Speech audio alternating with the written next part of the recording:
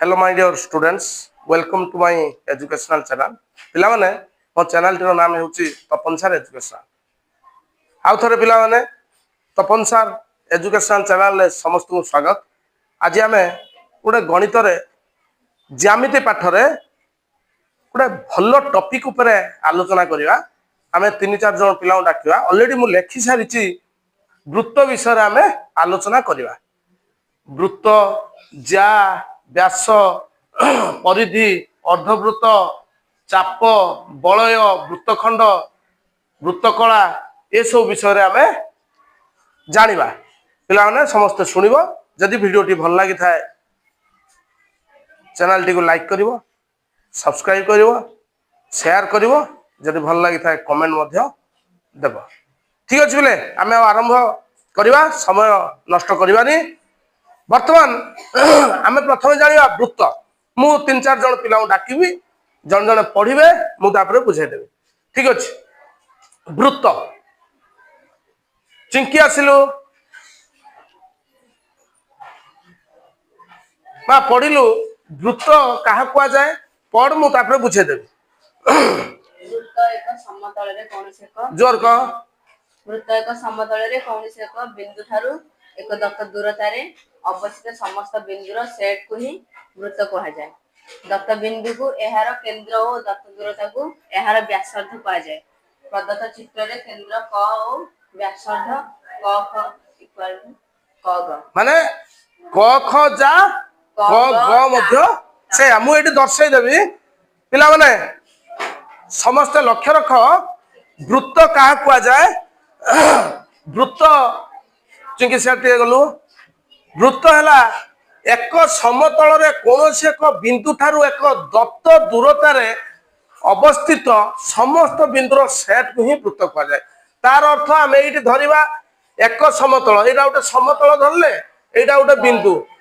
कोनोसी एक बिंदु ठारु एक दत्त दूरता, एक दत्त दूरता माने ए देखो निर्दिष्ट दूरता। एटा एटा हला क ठारु ए ख, ये गोटे दूरता, ये गोटे दूरता। एटा देखो एटा देखो ए जो दूरता रे अवस्थित समस्त बिंदुर अवस्थित समस्त बिंदु ए जो गोटे गोटे गोटे गोटे गोटे गोटे ये गोटे गोटे बिंदु असंख्य बिंदु अछि।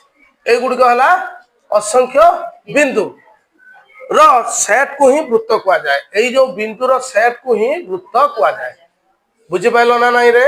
हला दत्त बिंदु को एहार केंद्र माने एई बिंदु को हला एहार केंद्र बा सेंटर कुआ जाए।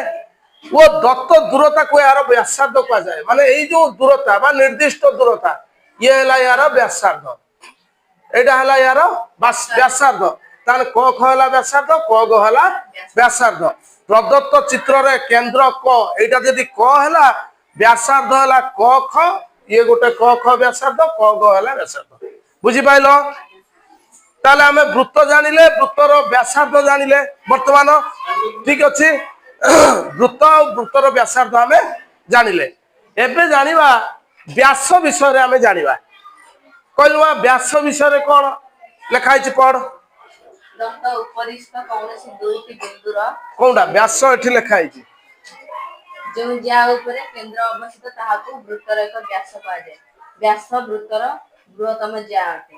उक्त वृत्तरे ख ग वृत्तर व्यास अटे। पिला माने देखो से पाहु जा। पिला माने देखो एइटा होची धरो केंद्र। आमे व्यास कहबा क ग हला व्यासार्ध, क ख हला व्यासार्ध।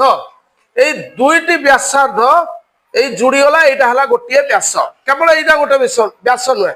आमे एई बडा ए भी गोटे व्यास, ये भी गोटे व्यास, ये भी गोटे व्यास। ये सब हला गोटिए गोटिए व्यास।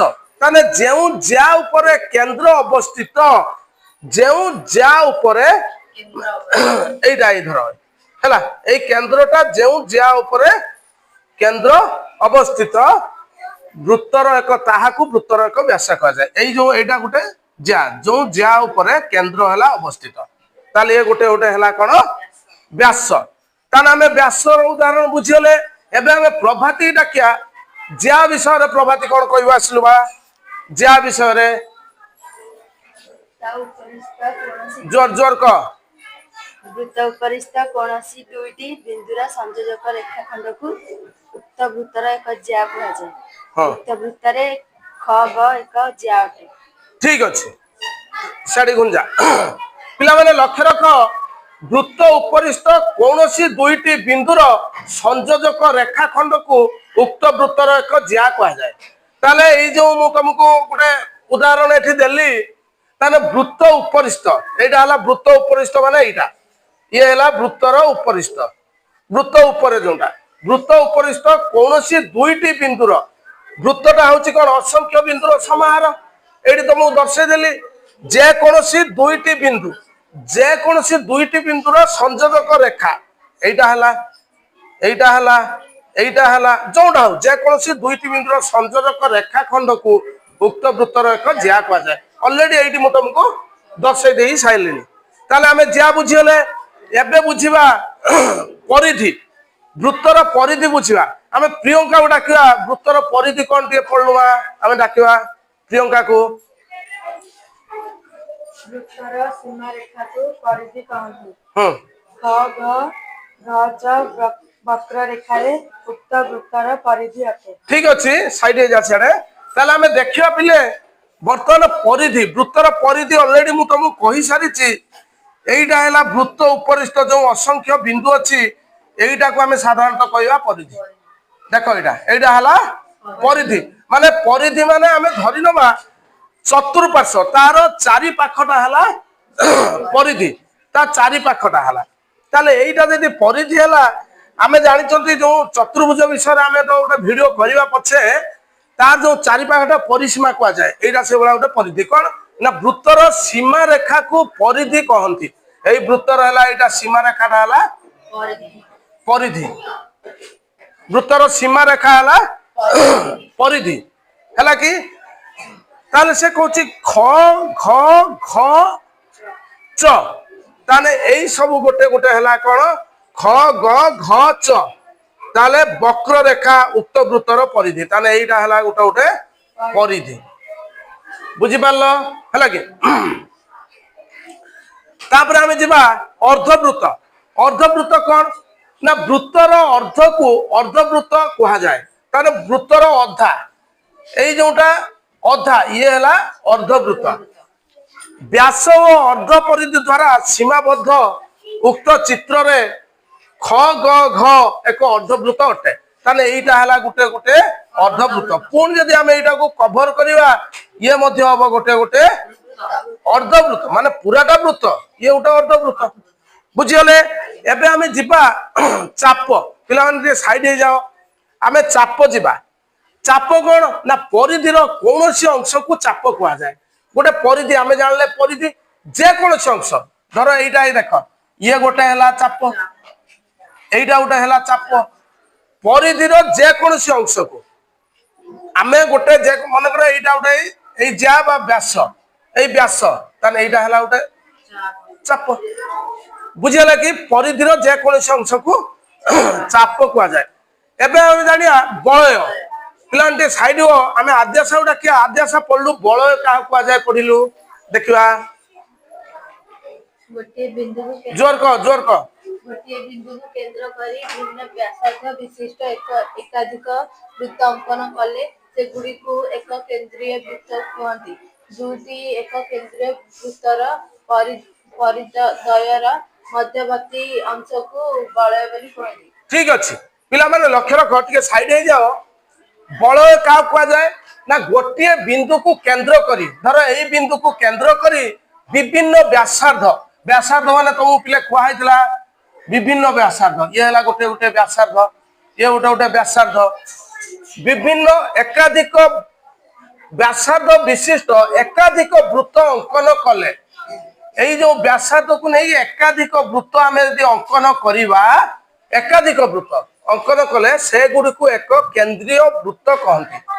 ତାମାନେ এইটি ଗୋଟେ ବ୍ୟାସାର୍ଦ୍ଧ এইଟା ଗୋଟେ ବ୍ୟାସାର୍ଦ୍ଧ এইଟା ଗୋଟେ ବ୍ୟାସାର୍ଦ୍ଧ ଧର ଇଏ ଗୋଟେ ହେଲା ବୃତ୍ତ ପୁଣି ଆଉ ଟିକେ ବଢେଇ ଦେଲେ ଇଏ ହେଲା ଗୋଟେ ବୃତ୍ତ ପୁଣି ବ୍ୟାସାର୍ଦ୍ଧ ଆଉ ଟିକେ ବଢେଇ ଦେବା ପୁଣି ଯଦି ଆଉ ଗୋଟେ ଇଏ ହବ ଗୋଟେ ବୃତ୍ତ। ଦୁଇଟି ଏକ କେନ୍ଦ୍ରୀୟ ବୃତ୍ତର परिधि द्वयर मध्यवर्ती अंश को बलय कुआଯାए ताने दुईटी एक केंद्रीय है वृत्तर परिधि द्वयर मध्यवर्ती अंचल ताने ये जो ये गोटे परिधि ये गोटे परिधि ताने एई जो मध्यवर्ती अंचलटा हला ये हला वृत्तर बलय बुझी पाइल वृत्तर बलय बुझीगल ना नहीं बर्तमान आम जा वृत्तखंड वृत्तखंड कौन कौन कौन सी वृत्तर एक चाप और यह सहित संपृक्त ज्या द्वारा गठित चित्र को उक्त वृत्तर एक वृत्तखंड कहुए ताले कौन सी वृत्तर एक चाप ये कौन वृत्तर यहाँ गोटे है चाप यही वृत्तर चाप ता सहित संपृक्त ज्या यही ज्या है कि द्वारा गठित चित्र को माने संपूर्ण चित्र गोटे वृत्तर खंड बा वृत्त खंड बोली कहुए ये टोटालटा यहाँ गोटे देख है ये है गोटे गोटे कौन वृत्त खंड एबे जीवा आमे वृत्त कला कौन ना दुईटी व्यासार्ध एवं सेमानों द्वारा छिन्न चाप द्वारा सीमाबद्ध क्षेत्र को वृत्त कला कहुए कौन जानिबा दुईटी व्यासार्ध ये जदि आमे एटा क लिखिबा क ख गोटे व्यासार्ध क घ गोटे व्यासार्ध क ख गोटे व्यासार्ध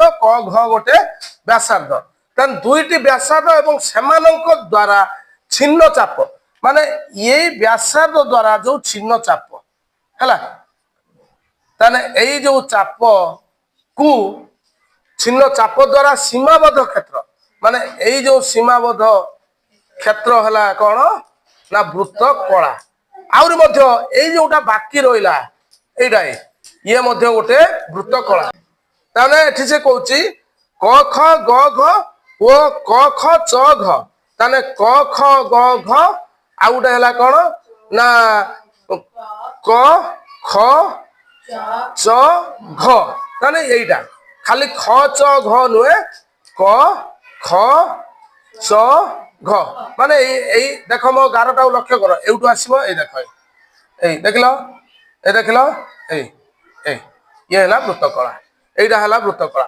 11 ରୁ 11 ये है वृत्त कला बुझीगल पिला माने भलसे बुझिल ताहले वर्तमान आमे जानिगले वृत्त विषय रे विभिन्न प्रकार वृत्तर जो वृत्त कला ज्या व्यासार्ध आउ परिधि आउ अर्धवृत्त ये सब बुझीगले ठीक अच्छे पिला माने टिके साइड हो जाओ वर्तमान आमे ये सब जानिले तमे कौन करिवो निजे भलसे वीडियो देखिवो जो पिला माने वीडियो देखुथिवो तमे मध्य वीडियो टी को भलसे देखिवो बुझिवो जदि भल लगी थाए शेयर करिवो कमेंट करिवो आउ सब्सक्राइब मध्य करिवो लाइक करिवो ठीक अच्छे पिला माने एई भला वीडियो सब बेले देखुथाओ जदि भल लागु थाए आउरी मध्य नुआ नुआ वीडियो मु तम सम्मुख को आनिया पई चेष्टा करिवि पिला माने कोन भल लागिलानी आइ ताली फाली मारलो कि ठीक है धन्यवाद।